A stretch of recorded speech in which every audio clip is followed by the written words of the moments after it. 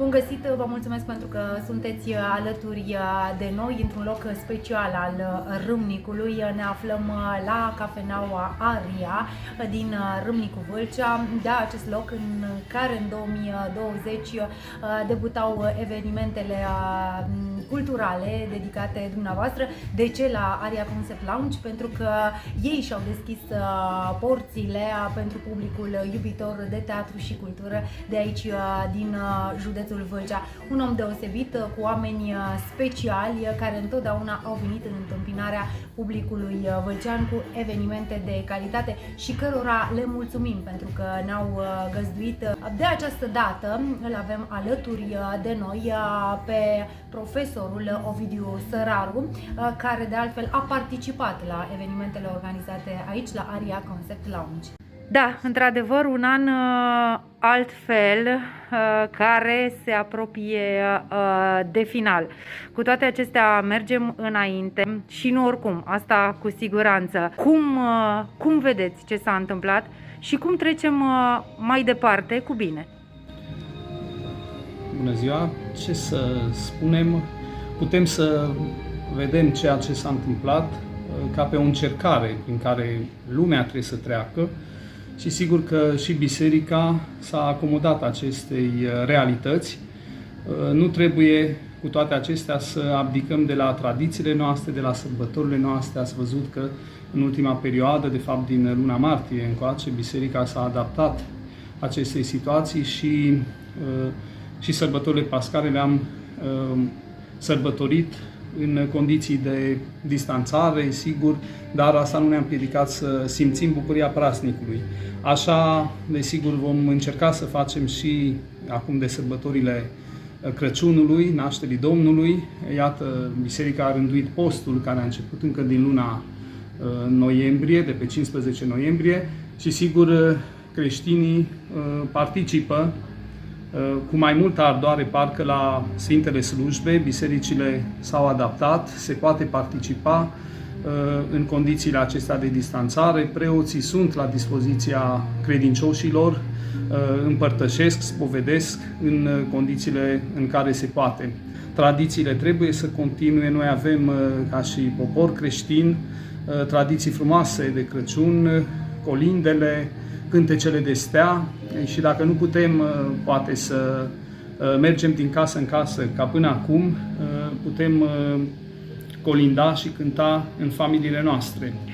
Ceea ce s-a întâmplat în lunile acestea a putut însemna pentru unii dintre noi și un prilej de introspecție, un prilej de a reflecta la viața pe care o ducem, poate la ceea ce am greșit față de Dumnezeu și față de semenii noștri. A fost o perioadă în care am fost aproape de ei, poate ca niciodată până acum. Am văzut, părinții au văzut cu ce probleme se confruntă copiii au remarcat eforturile părinților față de ei și acest lucru a dus la o mai mare unitate a familiei și sigur trebuie să fie și o mai mare unitate între noi, oamenii, ca fii ai Tatălui Ceresc. Poate că suferința pe care o vedem în jurul nostru zi de zi, în ultimul timp, să ne facă mai compasivi, mai milostivi, de ce nu mai înțelegători unii cu ceilalți, pentru că și sărbătoarea aceasta a nașterii Domnului era prăznuită dintotdeauna ca o sărbătoare a familiei. Familia se strângea la oaltă, ne bucuram de prezența celor dragi.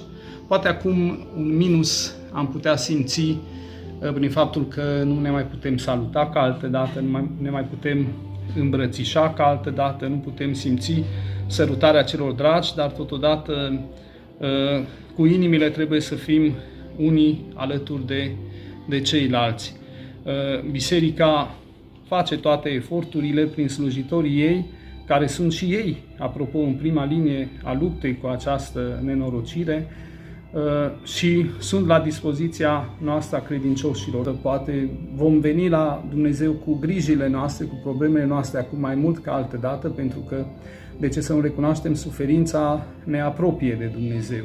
De aceea v-am spus că trebuie să ne redescoperim cumva lucrurile pe care le-am făcut, să ne punem în ordine viața spirituală, să luăm totul ca pe o încercare din partea de la Dumnezeu, primită de întreaga omenire. Iată că avem senzația că întreaga planetă stă pe loc, este un moment de reflexie și, de ce nu, să trăim cu speranța că va fi mai bine și că toată această nenorocire va avea un final la un moment dat și e important să tragem învățămintele care s-ar impune din ceea ce se întâmplă în jurul nostru. Totul ne-a făcut să devenim mai atenți și, cum vă spuneam, mai concesivi, mai înțelegători. Cât despre copii, cum au perceput asta, despre elevi, cum ați vedea, care ar fi îndemnul pe care l-ați face când vă gândiți la ei, la elevi? Da, elevii am observat că s-au adaptat și ei situației, părinții ne sprijină, sunt alături de ei cu învățatul acesta, învățământul online exclusiv, acum de aproape 2 luni ne descurcăm în felul acesta. Am observat receptivitate din partea lor, nu numai față de religie, ci și față de celelalte materii. Noi dorim, cei maturi, să-i facem să simtă ca și altădată aceste sărbători, să-i ținem departe de grijile și problemele pe care noi ca adulți, sigur, noi ca adulți trebuie să le facem față, astfel încât ei să-și trăiască copilăria fericit, așa cum este normal pentru cei de vârsta lor. O urare acum, la finalul acestui an delicat? A fost într-adevăr un an delicat în care avem cu toții câte ceva de învățat. Mi-aș dori ca toți românii să petreacă sărbătoarea nașterii Domnului, a anului nou, Sfântului Vasile și cele care urmează până la botezul Domnului, cu sănătate, cu bucurie și împreună cu toți cei dragi ai lor. Sărbători fericite doresc tuturor!